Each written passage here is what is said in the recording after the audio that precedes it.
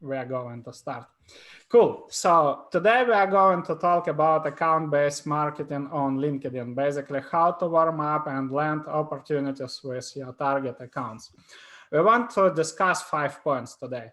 First of all, the company-centric versus client-centric marketing approach. Next, we want to talk about LinkedIn demand generation funnel. As well, we want to talk how to warm up target accounts, how to recognize the buying signals you can use for activation. This is critical in your ABM campaigns. And finally, how to refine and accelerate LinkedIn demand generation and account-based marketing campaigns with LinkedIn ads. This is where I will pass mic to my co-author and co-founder of B2B Marketers and Founders community, Ricardo, who is, from my point of view, is the best person who can describe this process to you. So a few words about ourselves if you don't know us. I'm founder of fullfunnel.io. This is full funnel B2B marketing consultancy for B2B tech and service-based companies with complex and long sales cycles. As well, I'm co-founder of ROIplan. This is a B2B marketing planning software. Together with Ricardo, we wrote last year, published last year, a book called LinkedIn B2B Inbound Marketing, which was awarded as best, and it was actually included in 100 best B2B marketing books of all the time by Book Authority. So today we are going to share some principles with you as well from that book. And together we are running for the last 4 years, we are running B2B Marketers and Founders community on Facebook. And by the way, anybody here from our community, let us know in the chat, please.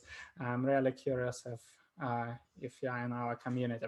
And actually, this is my 16th year. I have spent actually so far 15 years in B2B marketing and sales. So yeah, wanted to share with you that experience. And this is my co-founder, Ricardo, who is right now head of paid social at Upthrust, Belgium-based agency. They have 52 digital geeks, they used to call that way themselves. As I mentioned, he is co-founder of B2B Marketers and Founders community and co-author of my book. So that's all about us. I believe you didn't come just to listen about bio. So let's immediately dive in. First point, company-centric versus client-centric marketing. Yesterday, I made a post about this topic on LinkedIn. You know, lots of companies in B2B space, unfortunately, have this company-centric mindset. And when it comes to LinkedIn, this company, let's say company-centric marketing works like on this screenshot.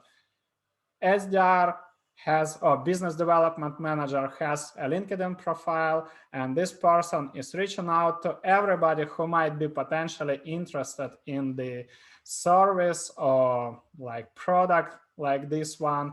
And they basically invite everybody to connect with these generic messages. Sometimes these messages might be somehow personalized based on job role or whatever. And then when the ICP accepts the connection request, BDM or SDR starts spamming these people, suggesting to book the call or buy something from that company. And in case if this company has some budget, some bandwidth to pour some water into LinkedIn ads, then they try to set up some generic ads. And we see what we face the situation which we can see on these screenshots. We are sending all, like, we face these generic messages. Hey, would you like this stuff? Just because I have a title, I'm co-founder of SaaS product, then these companies tend to think that I need to buy these services like mobile app development or whatever, flight and hotel booking app development. This is crazy. People are just reaching out, sending all this spam. And if you have any interest, then you should book a call. Obviously, the reply rates to these spammy messages are very, very low. And the same comes to ads, even with well-known software like Chili Piper. You know, companies are really just you know, the other day we were chatting with Ricardo, and when we were discussing these ads, we were like just simply saying that it basically makes more sense to, you know, transfer money immediately to LinkedIn. It's just literally you give them your money when you're running this like generic ads. Nobody is going to download this, let's say, really not good gated content. But unfortunately, this is one of the most common mistakes. And all comes from the, let's say, all comes from the lead generation mindset. These companies have attribution mindset because it seems to be scalable, you know, send 1,000 connection requests, 500 will accept, then we need to follow up with booking a call message, this 500, and we expect that if one person will book the call, this is fine. And it seems to be scalable.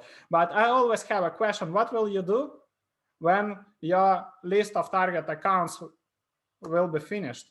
What's next? The same with LinkedIn ads. When your budget, when you just allocate all your budget to ads and then you have nothing to pay to LinkedIn, what you'll be doing next? So unfortunately, this is something that you shouldn't be doing on LinkedIn. And the other day I was checking, you know, the guys who are posting about LinkedIn, and one of the, from my point of view, one of the best LinkedIn social selling coaches, Daniel Disney, he posted his actual observations about what's going on in the B2B space. He analyzed 250 connection requests received on LinkedIn over the last months, and 80% of them were not personalized. Again, just because of this lead generation mindset. You don't have time. This is, you know, quite often I hear from salespeople, well, you know, I don't have time to personalize my connection requests. I don't have time to check these profiles. We are all growth obsessed. We need to scale this process. And that's why they're spamming everybody. Then 20%, only 20% were personalized. 20% were just poor sales pitches.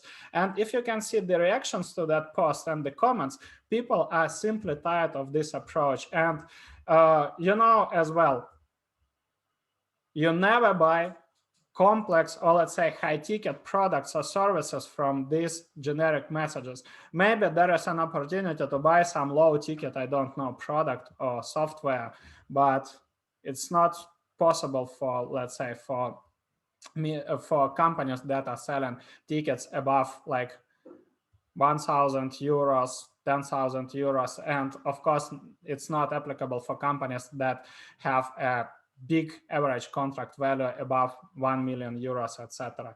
So how this ends up?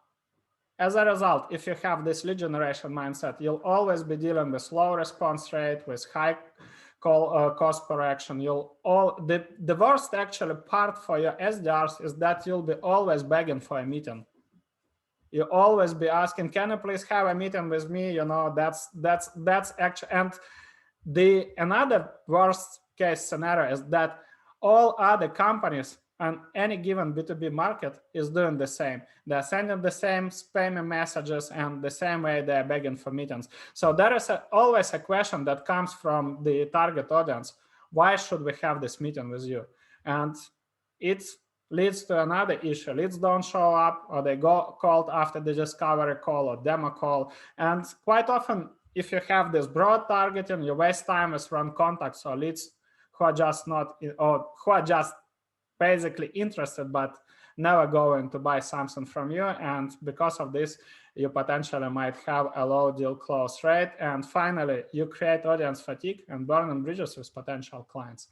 So I want to present to you the client-centric marketing. Basically, this is what we described with Ricardo in our book. Today we want to share with you the refined process, because after publishing that book, I was mostly working on, let's say, inbound parts and social selling, and Ricardo was refining this final with ads. And today we want to present with you our learnings and how you can build the entire account-based marketing strategy on LinkedIn using this client-centric marketing, basically using applying the principles, or let's say aligning your marketing and sales processes with how your audience is buying. All starts with top of the funnel, and we used to call it that you need to flip outbound to inbound. You put inbound activities on the top of the funnel. It all starts with connecting and engaging with the buying committee of your target accounts. So that's the part of account-based marketing operations. You need to have awareness and nurturing content. This is the way how you actually create this demand. This is how you grab the attention of target audience. And you can refine this process. The most important point here, ads and let's say this demand generation content don't replace each other. Basically, these are complementary strategies. You need to have both of them at a place if you want to get the best results from this strategy. So with the demand generation, you build this thought leadership, you attract the attention with the right content. And with the ads, you can simply accelerate the process and drive target accounts to, let's say, to other stages of your sales funnel. And this top of the funnel activities create the engagement triggers. We'll discuss this engagement triggers in this presentation. So when you know that, and by engagement triggers, by default, I mean that these companies, let's say, raise their hand and demonstrate the potential. I would like to underline the keyword here, the potential interest in your product or your service. So then you start with activation playbooks. You can start connecting with these people. You can start the qualification conversations. You can share middle of the funnel content, and you can start running the ads that are actually leading people to consume the middle of the funnel content. And then our goal is tracking the buying signals. Basically, the signals that might say, okay, these accounts are potentially ready to have a demo or discovery call with us. And then we start the personalized outreach. We can share the bottom of the funnel content, and we can run bottom of the funnel ads to finally generate sales qualified opportunities. And you can see that I avoid the word leads, because leads, this is the most vanity metric you can use. You need to have at the end of the day, you need to have real sales qualified opportunities, real sales pipeline, and revenue as the result. So let's discuss this step by step. Let's start with LinkedIn demand generation funnel. If you have attended previous webinars I have done with Expendi and with Lemlist, I have discussed it so far, but I want to quickly highlight the key ideas of demand generation funnel on LinkedIn. So you have your LinkedIn profile, and you need to treat your LinkedIn profile as a landing page. And with the help of this, let's say, top of the funnel inbound activities, you drive traffic to your profile. This is where people can see what your product or what your company can help with. You need to have the same like on landing page. You need to have a social proof. You need to have the relevant call to actions. You need to have your unique value proposition, and you need to have, let's say, your copy, which you usually put in about section or in your job profile description.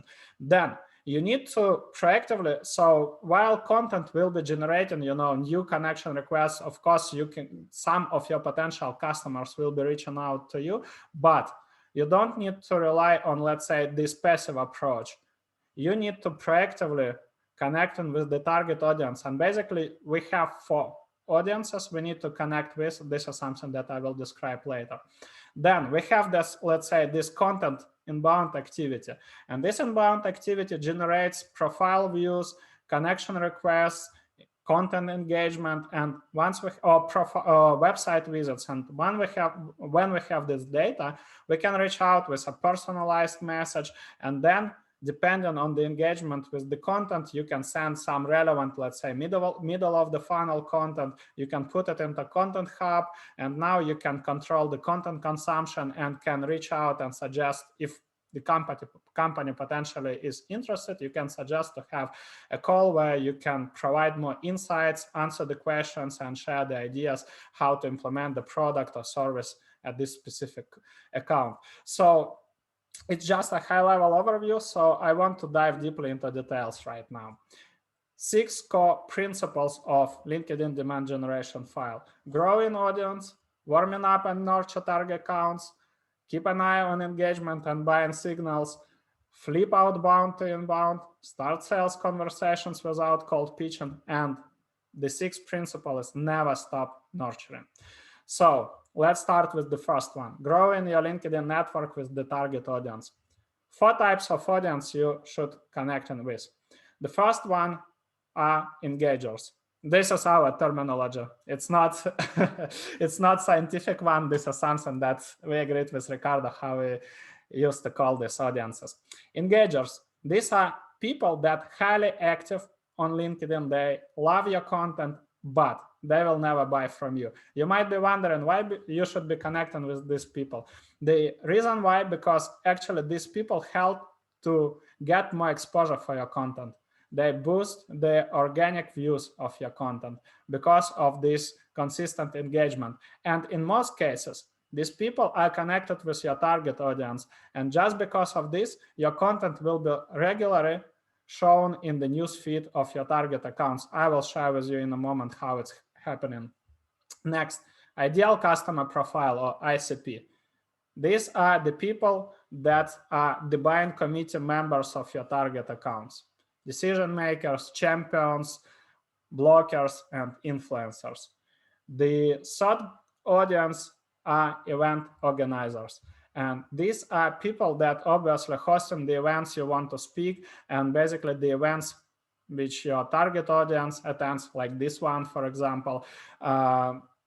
And your goal, obviously, to connect with this audience, just because you can co-host partnership webinars. You see that today I'm not doing this webinar alone, so we are partnering with Ricardo, and we promoted that webinar to our audiences.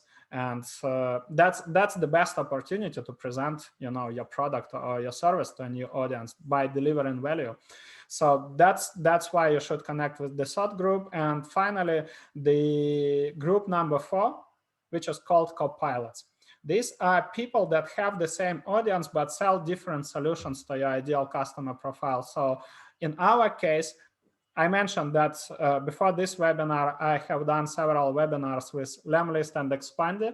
By the way, guys, did any of you attend these webinars? Let me know, please, in the comments. Interested to see.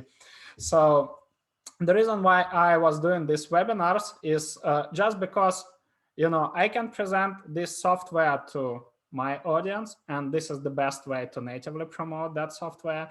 And the same for this software. We have our customers who might be potentially customers of this software, and this is the best way to actually collaborate. So more or less it's similar with event organizers, but you can collaborate differently. It's not only about the events. It could be, you can interview each other on the podcast. It could be content collaboration or whatever.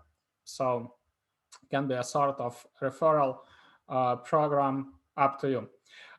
So these are 4 types of audiences you need to connect with. And in one of the posts, I have described why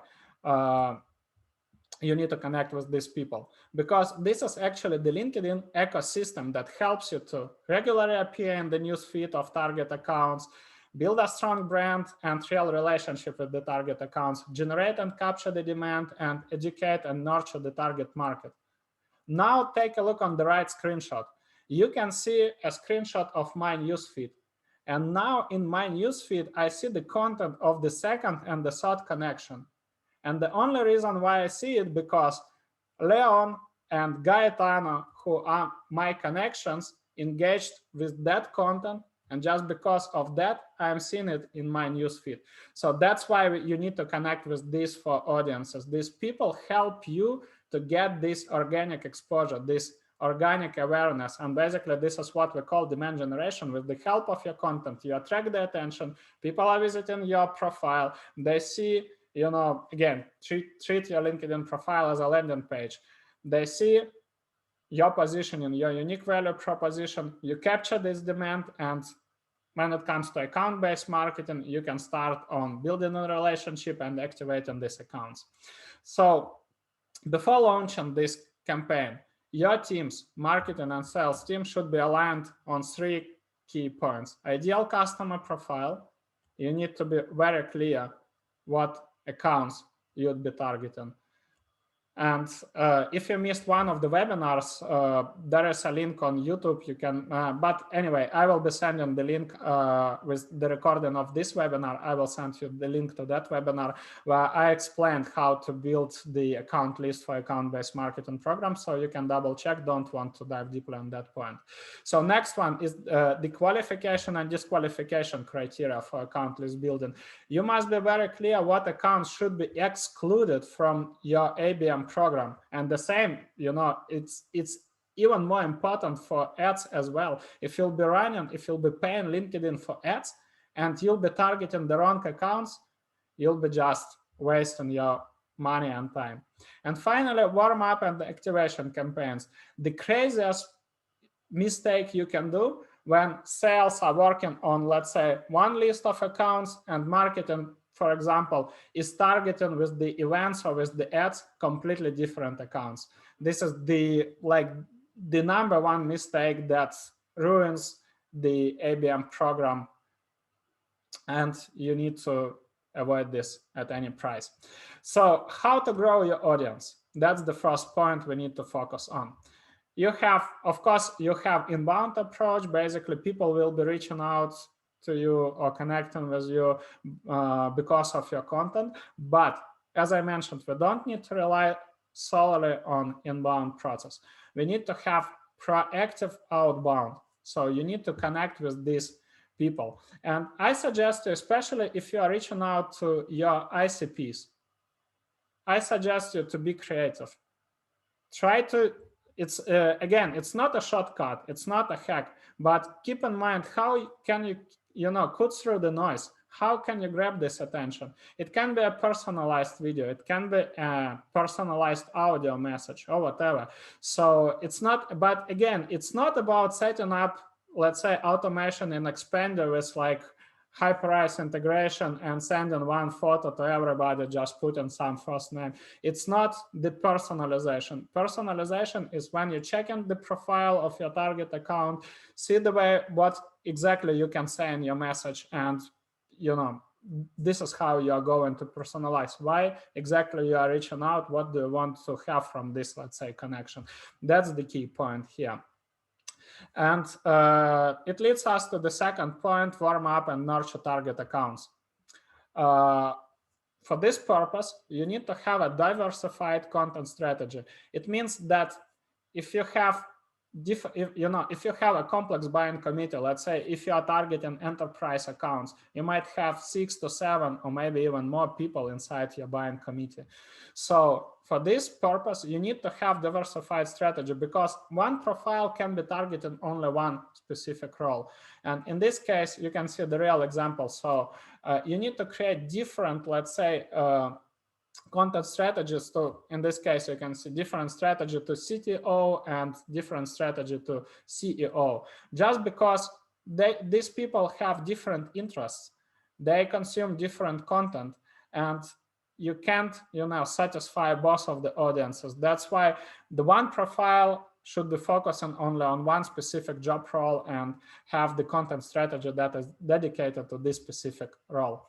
Next one, once you have this in place, again, you need to have this proactive, let's say, nurturing outreach or nurturing process. And when you know that, let's say, you had a good post that is relevant to some of your target accounts or some of the target job roles from your from the buying committee of your target accounts, you can reach out and say, share this post and involve actually these accounts in the conversation. And this is actually what, lots of people are talking about by providing the value, but there is always a question, what does it mean to provide the value? For me, basically, when I know that something might be helpful, and in this case, I reach out to person and say, by the way, I noticed that your company provides IT security and consulting services. I recently published a case study. How did I help a custom software development company to generate 300K in sales pipeline from one campaign? Thought it might be valuable for you. And I share a link to my LinkedIn post, not the website. And the reason why, because I don't, let's say, don't try to to move that person from the platform. This person stays on LinkedIn, and they can immediately see the preview of that post in their inbox and see if it makes sense to them or no.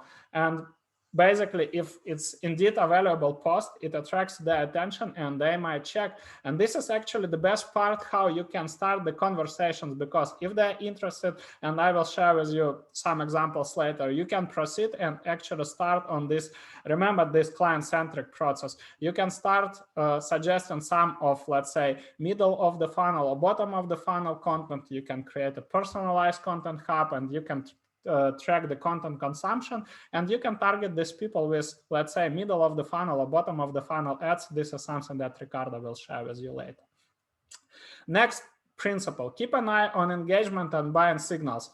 This is the next part in our, let's say, demand generation funnel. We need to leverage the LinkedIn intent data. We can see first of all, we can use IP identification website like Lead Feeder, Albacross, Happier Leads. There are a bunch of solutions, up to you which one you'll be using. You can see what companies visited your website, what exactly they consumed on your website. And if you are running LinkedIn ads, for example, or you have, let's say, you have attached a case, you have a case study and your call to action in your profile. You can again add an UTM link, so you can see in, let's say, IP identification software where these people came from.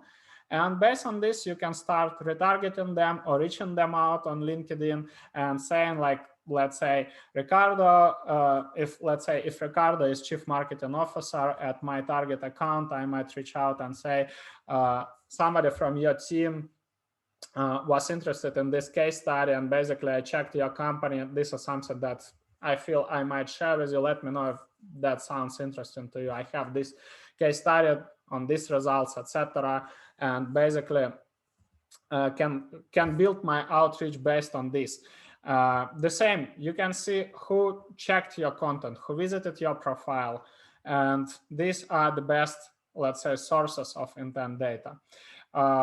Again, this is something what I was describing. Or let's say if Ricardo was working at Aim for the Moon, I might reach out, and if I have seen that his team was visiting my system marketing course multiple times, yeah, then I can reach out. That if you have any questions on this topic and you are wondering if it might be a good fit for your team and what results you can expect, let's have a call. I'm eager, to provide some ideas what might be the results, and we can see if this is a good fit for you. So that's an idea of this, let's say, engagement triggers.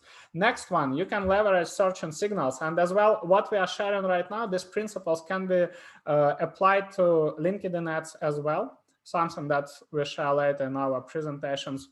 Based on this, you can not only, start the proactive outreach, again, not pitching, but outreach to connect and qualify these accounts. And you can add these accounts to your LinkedIn ads campaigns for further prospecting. So next solution is software like Bomborer that provides you a list of companies on any given market that are interested in specific topics. Like in this case, you can see the topics. I just selected several of them that are related to the services we are providing: B2B marketing, lead generation, account-based marketing, account-based sales development. And this software actually tracks the same like Albacross or Lead Feeder.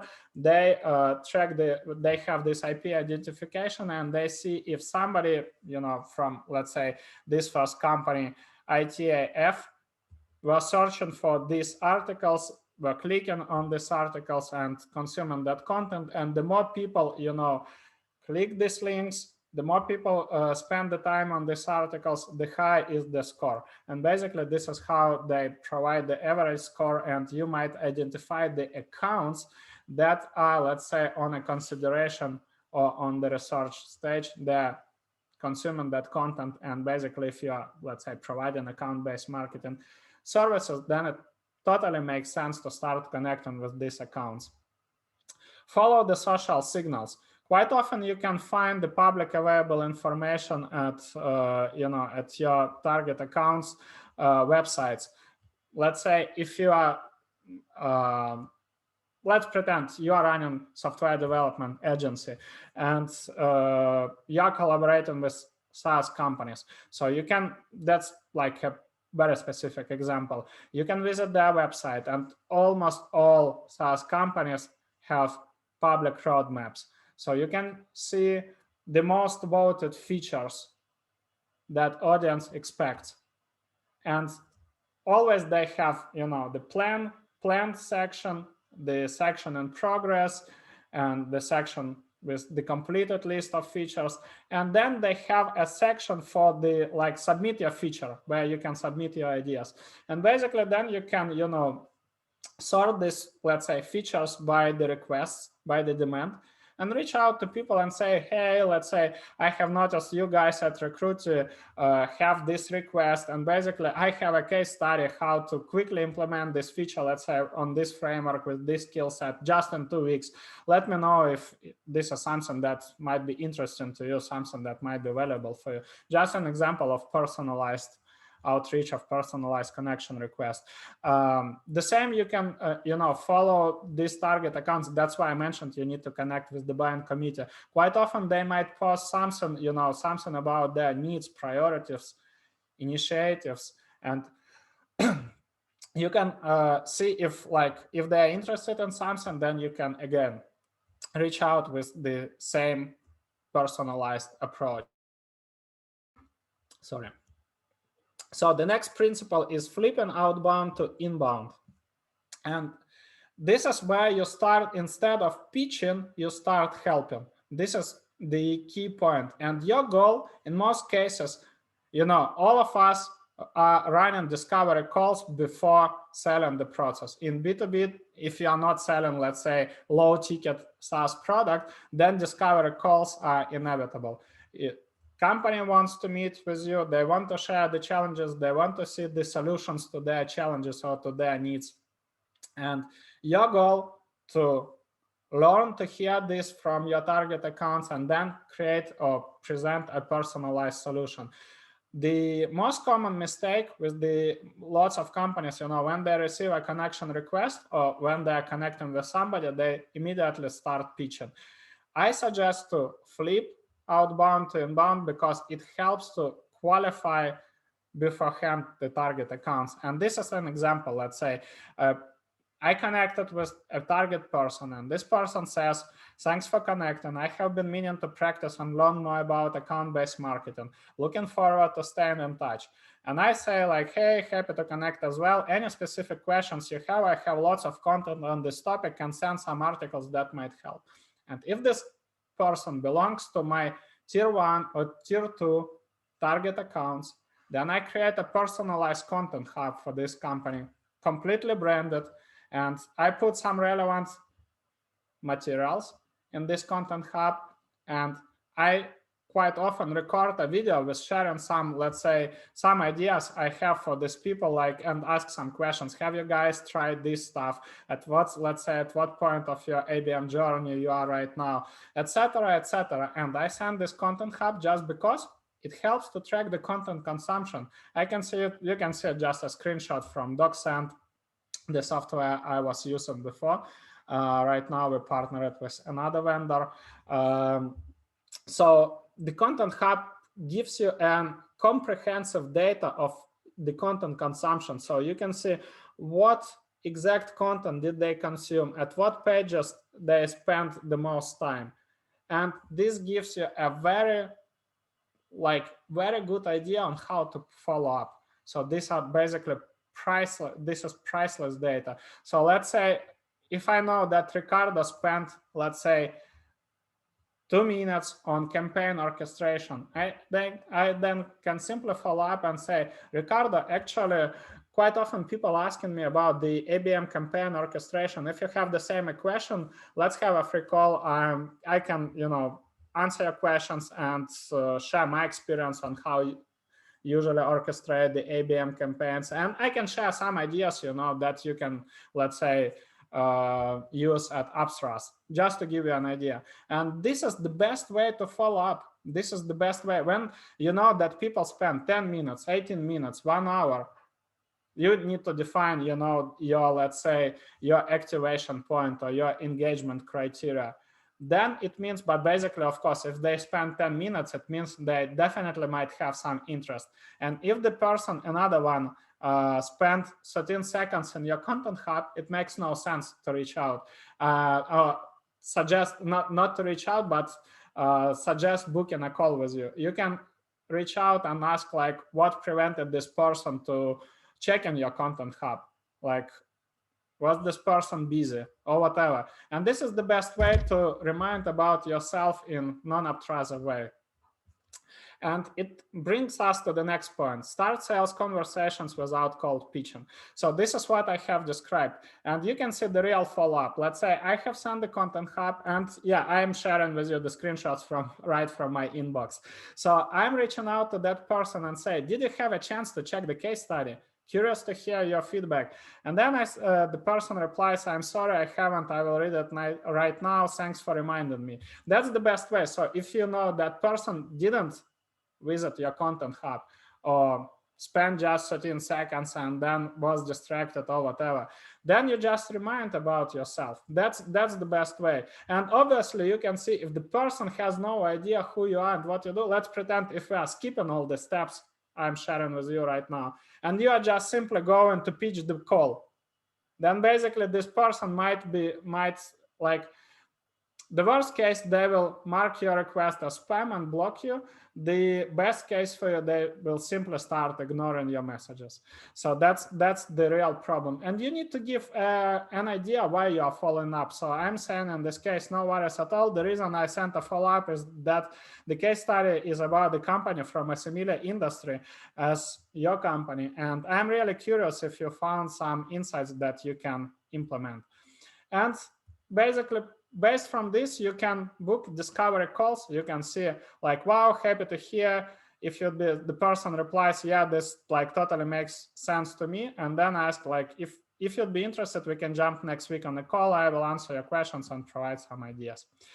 And the last principle I want to share with you before passing the mic to Ricardo is that you should never stop nurturing. There is a classic book called The Ultimate Sales Machine by Chet Holmes. And in this book, he shared one of the best principles that describes the, let's say, any given B2B market. He says that at any given B2B market, 97% of the companies are not ready to buy. 52% of the companies are on the awareness stage, where they're just trying to find the challenges they might have and just learning more about some, let's say, ideas or solutions that might help them. 45% are companies that are in their research stage, so they're evaluating different solutions, different ideas, etc., and only 3% are actively buying. So that's why most of the leads are not sales ready. And you should never stop nurturing these leads. And the best part, if you are applying this process we are sharing with you, if you are doing this demand generation on LinkedIn, if you have this diversified content strategy that is targeting different job roles, then you have a fantastic opportunity to repurpose this content in your email nurturing sequence. So keep in mind, on LinkedIn, you can reach out to the cold audience, to people who had no idea who you are, what your company or what your product does. And if your content gets traction on LinkedIn, if you see the views by target accounts, you can click on the views on that section, and it will show the top 10 companies by views. If you got the attention of your target accounts, if they were consuming your content, if you got the engagement, if you got, and it's not only about the likes or comments, but if you got the messages from your target accounts, or if you were sending these, let's say, posts to some of your target accounts, and these people replied that, yeah, it totally makes sense, it's valuable for them, then you know that you can repurpose this content in email nurturing sequences, because the truth is that we all need to have the multi-channel approach. Not all people are active on LinkedIn. Not everybody is hanging out on LinkedIn all the day long and is waiting when you'll post something on LinkedIn. That's why you can validate your content on LinkedIn and later put it on nurturing sequences. And you can create dedicated email nurturing sequences to different job roles, just because you have this diversified content strategy. And that's the best way to nurture your target accounts and actually do the account-based marketing on LinkedIn. So this is one of the real-time examples. You can see, I feel it's like a little, it's an old one. You can see the data from 2018 and 2019. But basically, this is a best example for me. So I had a chat with the person like at the end of 2018 about the marketing audit, and later the CEO of that company, he was on my lead nurturing sequence, and you can see I basically made a screenshot that I was sending this, let's say, marketing emails to that person. It wasn't like a generic follow-up. Hey, I just wanted to check in. Did you think about me? Should we start the, the conversation? But basically, I was sharing the content that is relevant to that person. And after 6 months of nurturing, this person replied to me, so yeah, it's been a while since our call. Could you please send me an update? Quote, I'm considering to start working. So that's actually something that you need to keep in mind. And these are the 6 key principles that will help to, let's say, skyrocket your demand generation processes and improve the results of your ABM campaigns. Now we have the second part where we are going to present you the LinkedIn ads and how they can help you to get better results from the ABM campaigns you'll be running, and I'm passing mic to Ricardo. And let me know, before Ricardo will start, let me know, was it valuable and interesting for you? Just share in the comments, please. Awesome, Andre. Thank you very much. I just have to stop sharing a screen so I can take over, and then we can get started. There we go.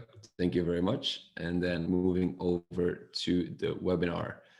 There we go. So there's 3 things that I really want to cover today. So I know this is going to be really practical. So the first thing that I really want to talk about is the 3-side LinkedIn strategy. So if you think about LinkedIn, what should you be thinking it from a strategic point of view? Also going to talk about a few of the misconceptions that still people have around the platform, especially on the LinkedIn ad side. Also going to tell you why most ads are failing.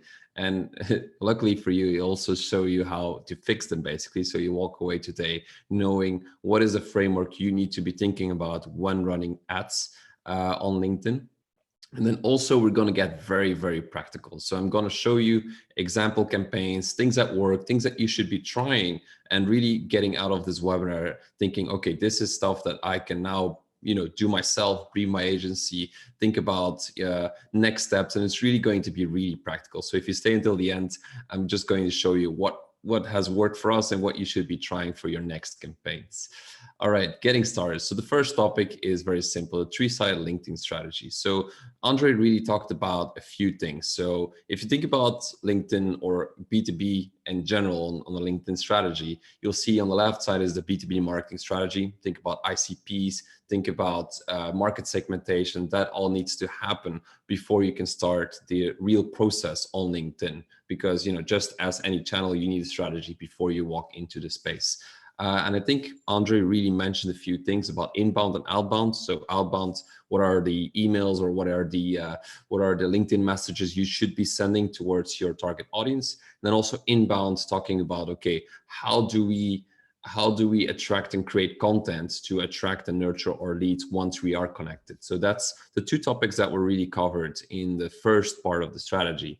Now, of course, there's a three parts. So if you think about LinkedIn, there is outbound, inbound, but there's also PPC, as what we call them. PPC is a fancy term for pay-per-click, which is basically a very fancy term for saying LinkedIn ads.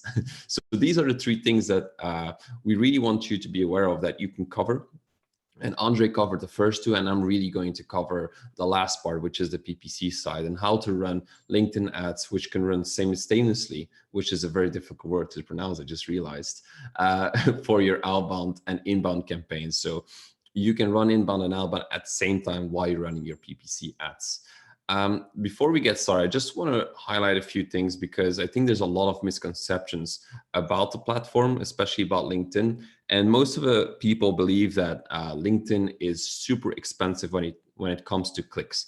And honestly, I've seen very expensive campaigns where the highest cost per click was 97 euros just for one click. So I do seen a lot of, I would say, weird stuff happening on the platform.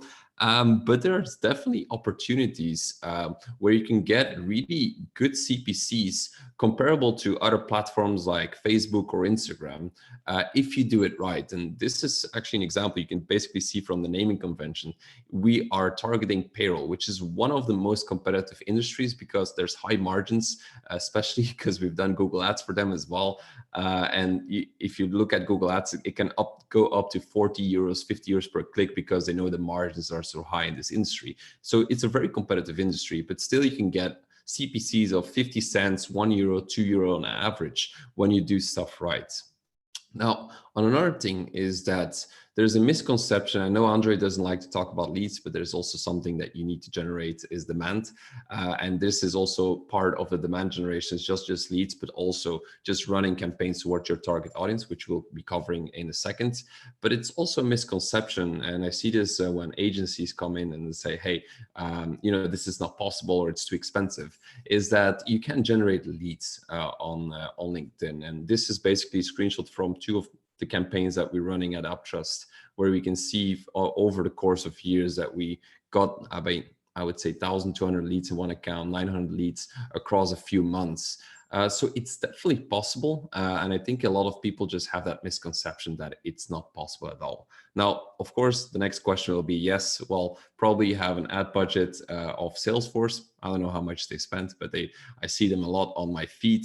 Where it's just outrageous to have that cost per lead. And looking at this slide, this is the same screenshot from a different campaign, where you can see that the average cost per lead was a stable. You can see some peaks going up and down, but we had a stable cost per lead from November until January, which is about 3 months, a stable cost per lead of about 10 euros, which is something similar you would see on different campaigns or different channels as well. So if you do it right, it doesn't have to, as Andre likes to call it, just send your money to LinkedIn. There are actually opportunities to actually get this right. And this is basically what we're going to talk about today. So this is another screenshot from some campaigns. Again, this is a very competitive industry, HR, anything related to payroll. And you can see that we had a stable cost per lead of about 11 euros, 24 euros, and a total of 344 leads coming across the period. So it is definitely possible, but I think you just need to know the tricks and stuff and do things a little differently. And I'll show you exactly what we've been doing differently on how to get there, basically. Now, this is where the second part comes in, is because why LinkedIn ads fail most of the time and how to rock yours. And this is really something I want to cover with you because I see so many ad accounts where it's just a big mess and people don't know how to run LinkedIn campaigns somehow. So I really want to show you the framework that you need to be thinking about when you're running campaigns. Now, the framework I like to use is called OMA. OMA stands for Grandma in Dutch. But it's basically just a reminder on how you should be thinking about creating campaigns. And if you think about a campaign or a LinkedIn campaign in general, there's 3 things that you need to get right and 3 things you can actually change within your campaigns. One is the audience. So basically, what's the audience you're selling towards? We've talked about ICPs, we talked about market segments. We really need to know what is the audience that we're targeting, basically. Are we targeting the CTOs? Are we targeting the CEOs? We all know that we have this DMU, decision-making unit, that has multiple stakeholders that you need to influence. So we need to think about what is that audience and what do they need? Now, the other two things that we can cover, because audience really honestly is the easiest part. I mean, I always say any donkey with a credit card can actually come in on LinkedIn and run ads because it's so simple nowadays. You just have to click in audience and say, these are the job titles I want, and boom, you have your campaign live and ready. So picking an audience is not always the hardest part, but I feel that the other two, which is the message and the offer, those are the ones that are the hardest part. So what I want to cover is, once you have the audience, you'll have to look at the offer. And I think Andre already talked about that you need to have a content strategy for not just a general content strategy, but a content strategy based on the personas or DMUs that you want to target. And based on your audience, you're going to think about what is the offer that you want to put forward. And an offer, and I'll walk through that in a second, is not start a free trial. That is not what we call an offer. And I'll give you an example in a second what that means. But the offer basically answers the question about, how will you loop in the audience to gather the first touch points, the first likes, the first views, the first information from these people? What is the offer that you're gonna put forward? Now, based on that, you'll also have to think about a message. And what I always see when people put forward offers, they say they have, for example, an ebook, and they say this is the best ebook in the world. That's not the case. So a message really consists of three main things. One is the creative, second is the angle, and third is the copy. And maybe angle and copy is not very clear for what the difference is, and I'm just going to highlight this in the webinar. So if you think about, you have your audience, let's take a payroll manager. You have your offer, let's call it an ebook for now, a payroll HR analytics ebook. Now, based on that, you can craft different creatives. So for example, you can have a child screaming saying this is the best ebook ever, and you can have a banana picture basically. Those are different creatives, just to visualize that in your head. But based on that, you also have what is called angles and copy. So copy is, describing what the offer is all about. But the angle is what is most of the time missed in the whole communication scheme, because most of the marketers, they start from the ebook and say, well, I have an ebook, I haven't actually read it, so I'm just going to say this is an ebook about payroll analytics, get it now. And that's just the shittiest offer you can think about. And I'll give you straightforward examples in the following slides on how to craft a really good offer as well. But the angle is really what is called the concept of the campaign. So when you're crafting your campaigns, I really want you to think about creatives, angle, and copy. And the angle is basically, how are you going to put that offer forward, basically. So I always give the example of blueberries, because once I was explaining it and I had blueberries for breakfast and I had them next to me, so it was the best way to explain it, is that if you think about blueberries, and let's take the offer. Let's take that the offer is, if you buy one blueberry, you get one for free. And you put that into the market. But you can use different angles to communicate around that offer. One angle could be, hey, blueberries is super healthy for you. So in order to become the super healthy person that you want to be, you should get this offer, because you'll get 2 blueberries and you'll become the healthy version of yourself. This is a completely different angle than picking, for example, blueberries is good for, pimples, for example. So if you have a lot of pimples on your face, just making something up, if you have a lot of pimples on your face, well, blueberries is one of the best things that you can consume, because it has X, Y, Z basically. And so if you want to get rid of your pimples, well, you have blueberries. So you can see that the exact same offer, which is buy one, get one free blueberries, can be put into the market completely different. And so when crafting campaigns, I really want you to think about, what are the different message angles I can put forward and the benefits that they can get from this, but in a different way and pronouncing it, so you can see what is the best thing that works for your market and your offer. All right, now that we know the AMO or the OMA framework, we're going to head over to the offer.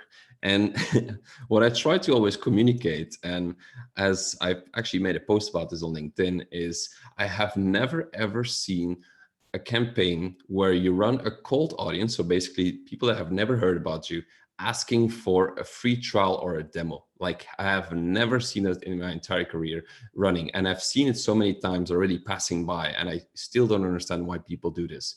Maybe from a retargeting point of view, it kind of makes sense, but really running cold audiences and asking for a free trial or a demo, it just doesn't make sense. And the funny thing is that, especially in the SaaS industry, we always see like, yeah, but I mean, once they experience a product, they'll just blow their mind. I'm like, yeah, but they don't want to do that right now. That's not what they're looking for right now. They don't want to sign up to your product demo. They'll just want to first be educated. So if you're crafting an offer, be a customer and ask yourself, what's in it for me? And if the answer is not, hey, this is actually really beneficial for me, then the answer should be, this is not a great offer. Now, that is coming to the question is that what type of content do you need for LinkedIn ads? And specifically, I think Andre already spoke about this, is crafting your content based on the bofu, mofu, tofu example. So you have your bottom of the funnel content, middle of the funnel content, and top of the funnel content. Few examples are, for example, podcasts as top of the funnel, middle of the funnel are ebooks or how-to videos, and then bottom of the funnel is, really case studies, book a trial, all those kind of things before. And you'll see that based on how high you go inside the pyramid, the higher or the lower the friction it gets. So if you think about promoting a case study around, hey, this company, we did a case study around, with this company, and I'm going to promote it.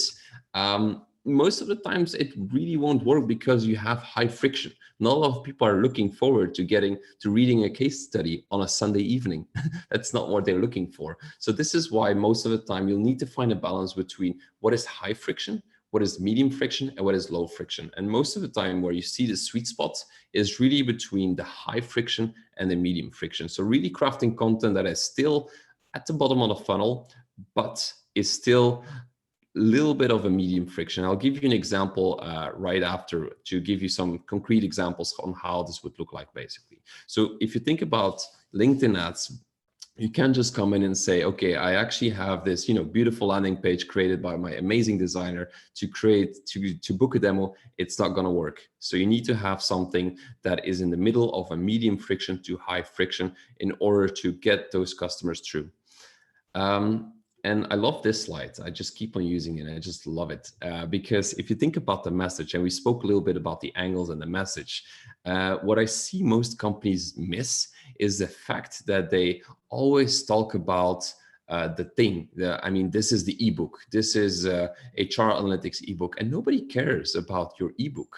And nobody cares about what the customer is. That you need to think about what can your ebook or your template or whatever it is do to become the super awesome Mario who can do rad shit, as you can see on the slides. And you really need to think about if crafting your message is not this ebook contains XYZ, but with this ebook, you'll be able to do this amazing fireballs that you're going to slay the dragons with. So if you think about your message, don't think about what's in the ebook. Think about how it benefits the end user on becoming the really awesome Maxi Mario. I think it's Maxi Mario. I actually don't know. The Maxi Mario who can shoot fireballs and become the hero he wants, basically. So this is really key when you're crafting your message as well.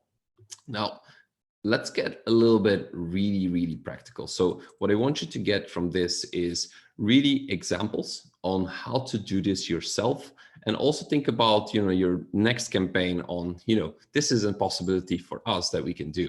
So it surprises me that when people run LinkedIn ads, they don't know this feature, and it's a very old feature. But what you can basically see, if you pull up all your campaigns and click on all your campaigns, you can basically pull up demographic reports. And when I coach on LinkedIn ads, I see that not a lot of people are actually aware that once you run ads, you can actually perfectly see what kind of companies were seeing your ads and what kind of companies were actually clicking on your ads. And you can see this on a campaign group level. You can see this on one specific ad. You can basically zoom into a lot of things and saying, okay, this company actually saw this type of content. So you can run your ABM, and we talked about triggers, and we're going to talk about triggers very concretely in the next slides. But if you think about it from an ABM perspective, you can basically see what kind of companies are engaging the most. Now, the fun thing is, this is actually an outdated feature. I'll be showing you a new feature which launched in 2021 to get a very detailed view on this. Same thing here. Based on, you can see the companies, but you can actually also see the job titles. You can see the demographics. You can see what kind of video they were looking at. You can see how long the videos were completed. So you can basically get some really good insights on what type of segments that you're reaching within your DMU are actually interested in the type of content that you're putting forward.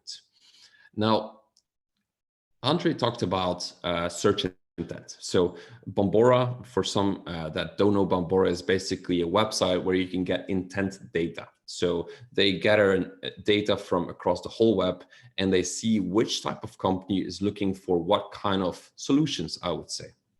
So what you can do is go to Bombora, talk to one of their sales, and actually this one we actually got completely for free. So sometimes they actually make mistakes and they actually send you a few samples or actually the entire list for free.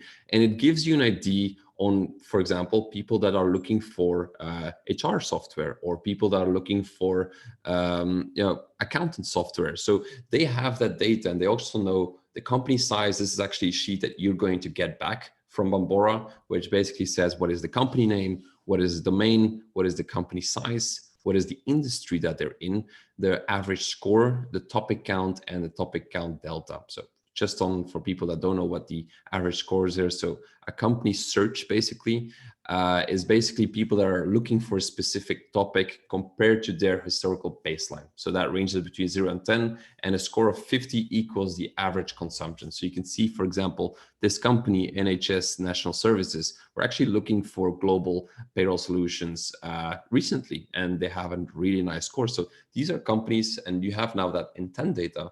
And now it's about using that intent data. And this is a practical example of what you're going to get if you talk to Bombora and getting a nice deal out of it. We actually got it for free, so maybe you can score it as well if you talk to a smart salesperson at Bombora as well. Second one is website signals. So we talked about IP identifier service like Albacross, Lead Feeder, Zoom Info. There's so many IP identifier tools out there. I'm just using Albacross because we used to run ads for them as well. But in Albacross, you're basically able to export certain companies. What is their, what were they looking at? How were they looking at it? What kind of content were they consuming? And you can export that data. And I'll show you exactly what to do with it, exported data, because one is knowing the data, but the other thing is also how to use the data, which I'll explain to you in a second. So you can also use website signals to create audiences that basically you can target on LinkedIn as well.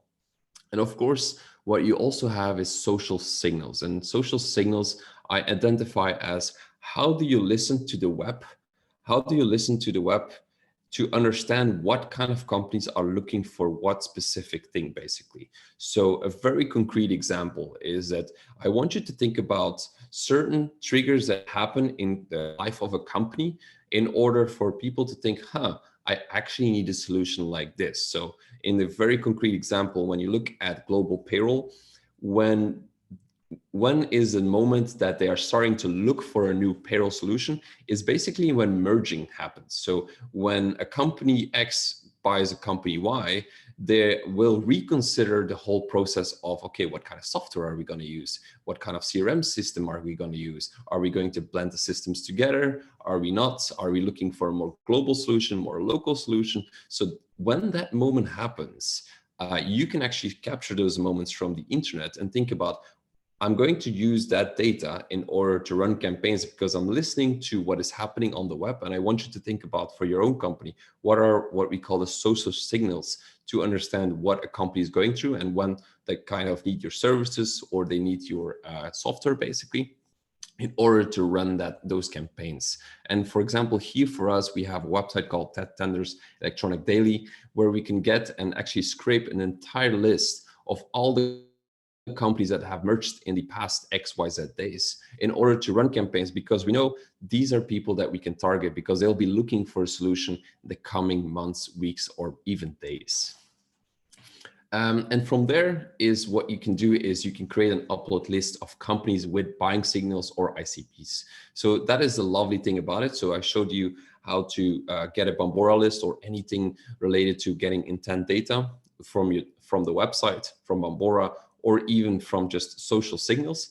And those are the lists that you can actually start uploading inside LinkedIn. This is also the template you'll get from LinkedIn and the stuff that you need to know. So the company name, the company website, LinkedIn company page, and the stock symbol. Now, sometimes some services will give you just the company name, sometimes just the company website, sometimes they'll give you everything that you need to know. And I do know that sometimes that's actually manual work.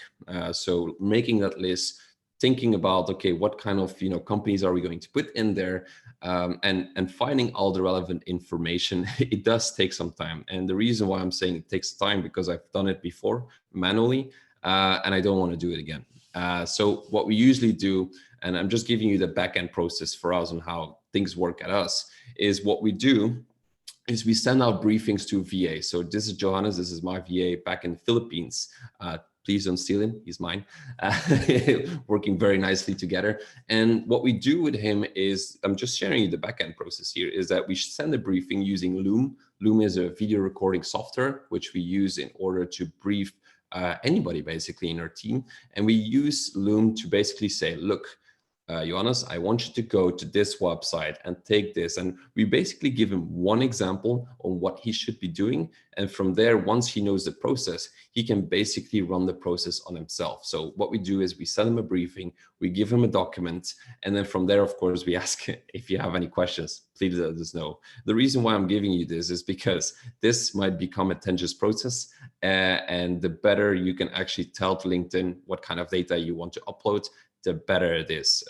Also, since recently, LinkedIn can actually tell you what kind of companies it matched and what kind of companies it didn't match. So it will give you back the data saying, okay, if you want to also upload this company, you probably need to change or add a few things. So you'll know that from LinkedIn as well. So this is if you need some support from the backend system as well. And sometimes you just automate a few tasks. Like, for example, maybe some of you actually got an invite from me for this LinkedIn webinar. And you might be thinking, hey, Ricardo has a lot of time to invite all of these lovely people. I'm very sorry, but I didn't. So I use, for example, a tool called Phantom Buster in order to send bulk events to this event. And as you can see, it kind of worked because we had 19 people, I think, on Monday, and now we have about 156 people. So I used this process in order to automate a few nice things to this webinar. And then I had Andre, which was my lovely companion, to send out a few. And actually, I'm kind of wondering who actually came to this webinar through an invite on LinkedIn, and who saw the invite on LinkedIn and actually showed up. I'm actually curious to see in the chat who actually came through this automated process in order to get to the webinar funnel. So just let me know in the chat. I'd love to see that one as well. So just to know is that what you can do, so once you upload, once you have a Bambora list, or you have your social signal list, or you have your website list, you can basically start uploading them and seeing what kind of match rate they have. So I'm just going to move this a little bit up. There we go. You can see what the match rate is. And you can basically see, this is, for example, the Bambora list that we set up. And you'll see, just take into consideration that it will basically say in the beginning that your audience is too small. Just a pro tip, because I used to freak out about this in the beginning, but it's all fine. You'll be uploading the list, and it takes about 24 to 48 hours in order for LinkedIn to start the matching process and actually finish the matching process. And it will keep saying audience is too small. Don't change anything, just wait for it. And normally it really, if you have more than 300 companies inside, it will start the matching rate and it will give you a lot of data. But I'm just saying 300 companies, but most of the time it's really focused on, can LinkedIn find 300 or more members from this company or any company? And if that's the case, that should be fine as well. Of course, it doesn't make sense to upload one company, just run a campaign with it. And this is what I wanted to say on the new feature. And I see that in not all campaign or not all accounts is this active, but I see that I would say 80 to 90% of the campaigns or on the accounts that I manage, this feature has now become active, which is called company engagement reports. It's something very new that if you upload lists from any channel, anything you upload, you'll be able to see what is called company engagement reports. So this is reports from an account where you can basically see what is the company name, what is the engagement level, what is the members that you're targeted in certain campaigns, what kind of campaigns are actually targeting this specific company, and see what impressions, ad engagement, organic engagement, and website visits you got from running those campaigns. So basically, you're now able to see on an ABM perspective, and basically, if you upload your favorite list, you can now pull data seeing what kind of engagement level that my preferably target audience gets, or actually not just target audience, but also company audience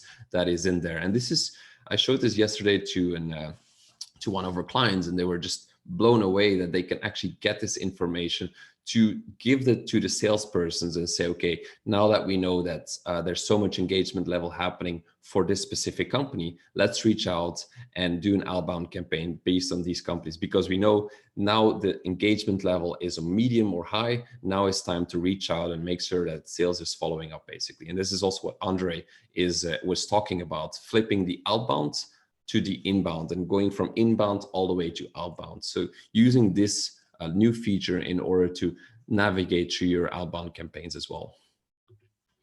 I do have to warn, it's not perfect yet. So we ran a lot of issues with it. As usual, LinkedIn tries to copy the entire platform of Facebook, and it always ends up in some hacky way.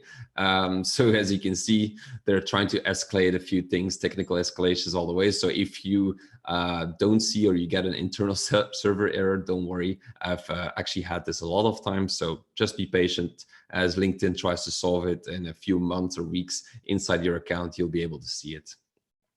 I'm not going to run through the whole thing, but I just want you to know the criteria in order to see your LinkedIn engagement report, because sometimes people wonder, hey, this is not working for me. This is the slides you'll get after this webinar to identify and understand why maybe your engagement report is not working out. But a few things that you do need to know is that you need to have at least matched about 300 LinkedIn members. So if you're uploading very small companies, it won't make sense, but mostly if you're running ABM, that's not going to be the case.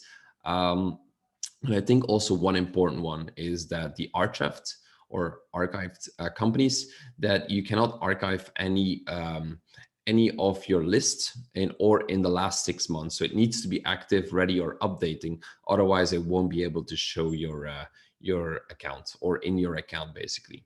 And of course, one of your campaigns has targeted members who work for companies in the last 90 days. Very important. But anyways, you'll receive the slides after the webinar, so you can basically understand if something goes wrong, just have this checklist before you, basically. And then a few things that have worked. So one of the things that we always try to say is, okay, what are things that are really working in this space? And nobody actually wants to share these things. And one of the things that we've been doing very well, or which I enjoy as well, is running specific campaigns towards specific audiences, but also with a great offer. And this is where the offer is basically the CEO wrote a book. He has this amazing book that he wrote about the company culture at his company, and also how he managed the company culture. And instead of paying 20 euros for it, well, now basically it's 0 euros. It's a great offer for people in HR in order to get acquainted with the company, but also reading around the content. And of course, based on what the answers are, we're going to distribute a few of the books, towards the relevant companies that are coming in. So we upload a list of target companies we want. And of course, there is the great offer that you can now win this book. Instead of paying 20 euros, you'll be paying 0 euros for this book. Another thing that I wanted to mention on one of the examples is, once you find content, you need to find a trigger between what is high friction and medium friction. We talked about it in the content friction funnel, but you'll need to find content that is not too high in the funnel, like a podcast. It could be really, really high in the funnel, because if you have a podcast about international payroll solutions, what the future about is, it can be really high level. So sometimes you're targeting and getting a lot of leads or a lot of engagement around it, but those people are so far in the funnel that maybe for your salespeople, it will be very hard to convert. So one example of what has worked before is, for example, what we call an RFP template. An RFP template, for people that don't know, this is a request for proposal. And this is when bigger companies need to decide on, for example, a CRM or any big software. They'll create a template of all questions that need to be happening, or what the criteria is for them in order to find, a certain software tool. And they need to find those questions. And this is when you get to the mindset of, hey, I need to have content for my target audience inside that medium to high friction. And RFP templates is a great example, because if people download an RFP template, most of the cases, they're actually looking into getting certain software or certain solution basically for them, or they're inside their journey of finding a solution. So it's really in the middle ground of really being very valuable, but also being at the bottom of funnel. So it's like a content piece that isn't too high in the funnel, but also not too low in the funnel in order to convert basically. And then also things that worked very well is the conversation ads. I don't feel a lot of people actually are running conversation ads on LinkedIn right now. They're mostly in-mail ads or just sponsored content, because I think that's the easiest part as well. But conversation ads is something that has really skyrocketed for us, and we're actually almost using it in every single track. Is to run conversation ads, because the ad space for it, because not a lot of people are actually using it. There's still a lot of ad space to buy for your target audience. And it's also because it's not on the feed, because most ads that are run are on the feed or on the screen that people see. But in this case, it's basically really targeting another, I would call, channel or a different area where your customer is behaving, which is the inbox. And conversation ads is definitely something I would recommend for most companies, because it's very personal. It does show up, of course, as a little bit sponsored, but if you get it right, you can really get some really interesting results from it. So conversation ads, definitely something you should try out as well for your company. One of the things as well is running outbound campaigns towards likers and engagers. So I do see, and we ran about the strategic part, which is outbound, inbound, and basically PPC ads. But for me, in my ideal world, and I know this is very hard, but in the ideal world, you have these three in sync. So the outbound persons and the inbound persons are talking to the PPC managers or the ads managers in order to get this 360 view on what kind of companies are engaging, what kind of companies are really top performing when it comes to not just converting, because it's easy to see the leads inside your funnel, but sometimes it's also very hard if they don't convert and they're not in your CRM system. They're still somewhere there, so you're still targeting them. So one is of course, the engagement reports, which I showed already, but also what people don't really see most of the times is the likes and the comments. The likes and the comments is definitely something that you should be watching out for as a marketeer in order to understand, hey, there's actually interesting people that are commenting or liking or tagging certain people. So if you think about it from this perspective, Ineke on the left, or Barbara tagged Ineke, and if Ineke is an interesting profile for you to reach out to, this is something that you need to start communicating back to your outbound or your salespersons in order to say, hey, this person actually tagged one of the ads, and it was around this topic, around getting your payroll service inaccuracies. So this is something you can start talking about in your outbound campaigns. And this is where Andre started talking about flipping the funnel, going from inbound all the way to outbound, and making sure that you're leveraging the data from the three parts. Something very interesting that you won't be able to see is the conversation ads. Andre, is that you? I hear some noise in the background. There we go. Perfect. So if you run your ads and your conversation ads, the interesting part, and this is something not a lot of people know in their ads accounts, is you can click on them and see flow charts. So you're basically able to see what kind of flow was actually best performing for you when you're running conversation ads. You can basically see who clicked on the I am interested button. For example, you can see how many people clicked on the RFP template, and then basically see what kind of flow works best for you in order to run your campaigns and optimize your campaigns as well. So this is also some insights you can get. And for me, the real goal, and not just from LinkedIn, but I think any channel where you're running ads is really to understand the platform, is to really get some really insights on what are the possibilities of the platform, and then really get creative. And this is one example where I drank one beer, maybe two. And I started thinking and having a chat with an SDR saying, well, LinkedIn, why can't we just, target specific people on LinkedIn because they clicked on our ads? And my answer was GDPR. And we went back and forth a little bit around this. But I started thinking about, well, actually, if you think about it from a perspective of an ads manager, LinkedIn will not tell you the exact same person that showed your ad, but from the LinkedIn pixel, they'll know exactly who visited. If you visit my website, the LinkedIn pixel is activated, and I will not know that you visited my website, but LinkedIn does know. And we use this to leverage this in our ads. So this is, for example, an ad where Michael was actually running a campaign, and this is what it's actually a retargeting campaign, saying this is targeted to people that have visited certain specific pages on the website, and reaching back out to them and as a personalized message. But actually, we don't know that they are actually visiting, but we pretend to say we know that you visited. So the copy goes a little bit like, hey there, Maxime, notice you visited our website, albacross.com, but never actually said hi. This is why I figured I would start saying hello first. And the copy goes about, knowing that the problem is that 2% of the visitors actually leave their contact details and the rest actually doesn't leave contact details. So this is why I want to reach out first. And this is, for example, an ad that got picked up by Max, saying example of the right marketing, because you're basically addressing one specific copy towards a situation, because Max was on the website visiting certain things and he's being retargeted with a very specific ad towards his needs, basically. So for me, the goal, if you're LinkedIn ads, you need to understand what are the possibilities of the platform, and from there really get creative on how to leverage that data and how to leverage that for your ad campaigns. Now, I always say I'm a very big fan of tracking. I need to track everything. I need to know business volume, leads, all that stuff. I need to know those things. Otherwise, I don't function very well.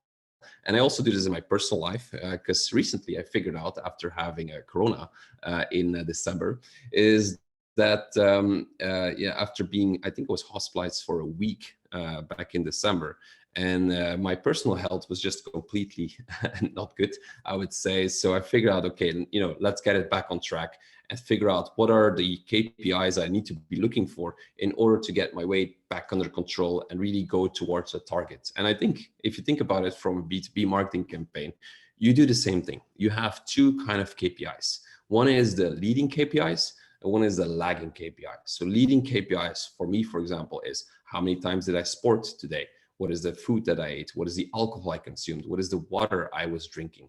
These are really leading KPIs. It's things like leads, MQLs, all that stuff. Those are things that could indicate that I'm going to be losing weight, because these are the metrics for me. If I control these right, I'll be able to control my weight and actually get to my goal that I want. And for B2B marketing is the same. You'll need to be not just measuring leads, because if you measure leads, like Andre said, you won't be able to get very far. You need to be measuring leads as a leading KPI, but it's not the overall metric. You need to be looking at your lagging KPI, which is basically deal value, pipeline revenue, pipeline velocity, all those metrics. Those are the things that you should also be measuring as a marketeer running B2B and ABM campaigns.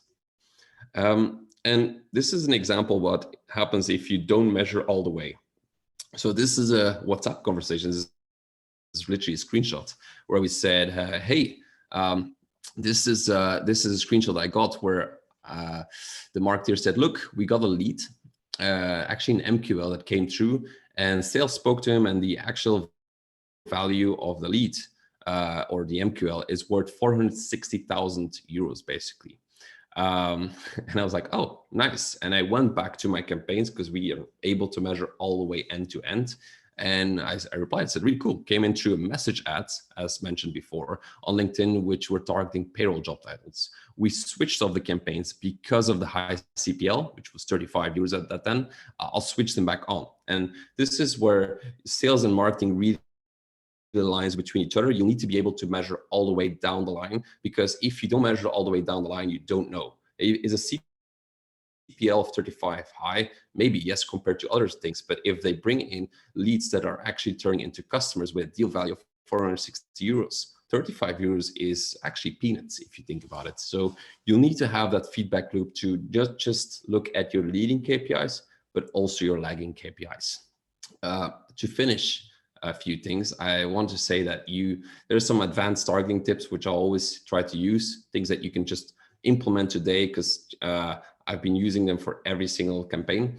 First of all, a lot of things that are not excluding is, unless you're targeting job seekers, try to exclude job seekers to avoid targeting people who are not longer at the company. Sometimes you're running campaigns and you think, I have this beautiful lead that came in, he's working for XYZ. And then later on, sales comes back to you and says, well, he actually left the company, he's looking for a job, he's not working at the company anymore. So try to exclude job seekers, because sometimes you'll be mesmerized about, hey, I have so many leads coming from this company and they're all job seekers. That's not something you want to be targeting on.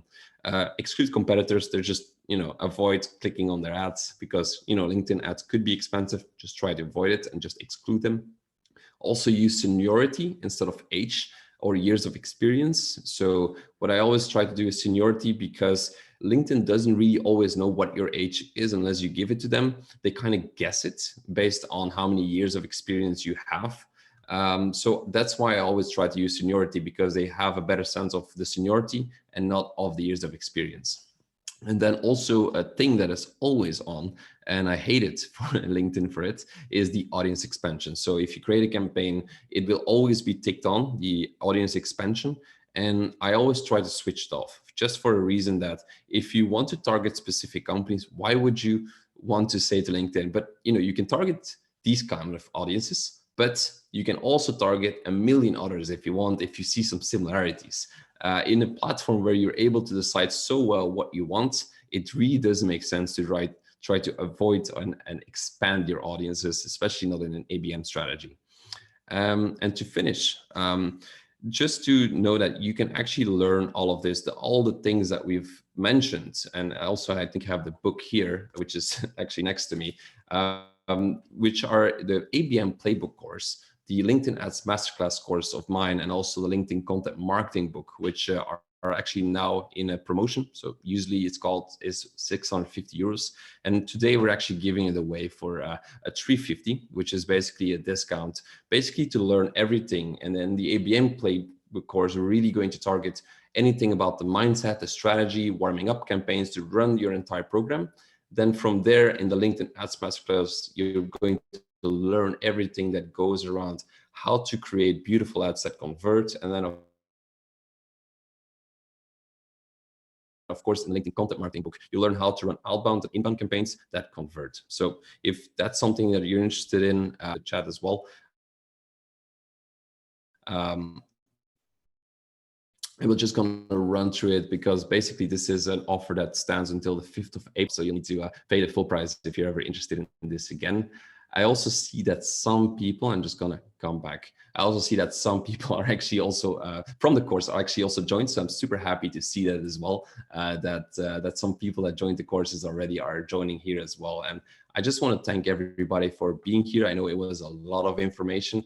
I'll be sending over the slides and also some information around the webinar recording. And yeah, if you have questions, we're here. We went a little bit over time, which is basically half an hour over time. I'm very sorry for that, but I know it was a lot of information. So if you have any questions left, we can actually answer one-to-one around anything that you want to know around ABM or LinkedIn ads. We'll be happy to chat about it. And meanwhile, I would like to ask you guys to share quick feedback in the comments. Was it valuable for you? What are your takeaways or insights from this webinar? So always curious to hear your feedback. That's the first thing.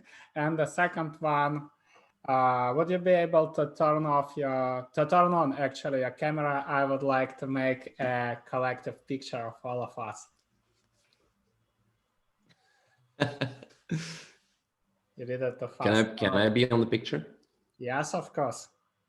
It's always pleasure to see all these great people, all these full funnel B2B marketers, and yeah, that's a pleasure to have a collective picture. So yeah, thanks a lot, guys, for turning on your camera.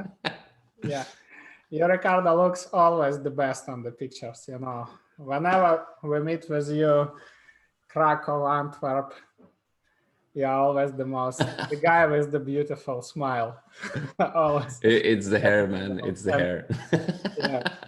So guys, thanks a lot for attending our workshop. If you'll have any questions, you can always reach us out on LinkedIn, on Twitter. You can join our Facebook community. I dropped the link in this chat.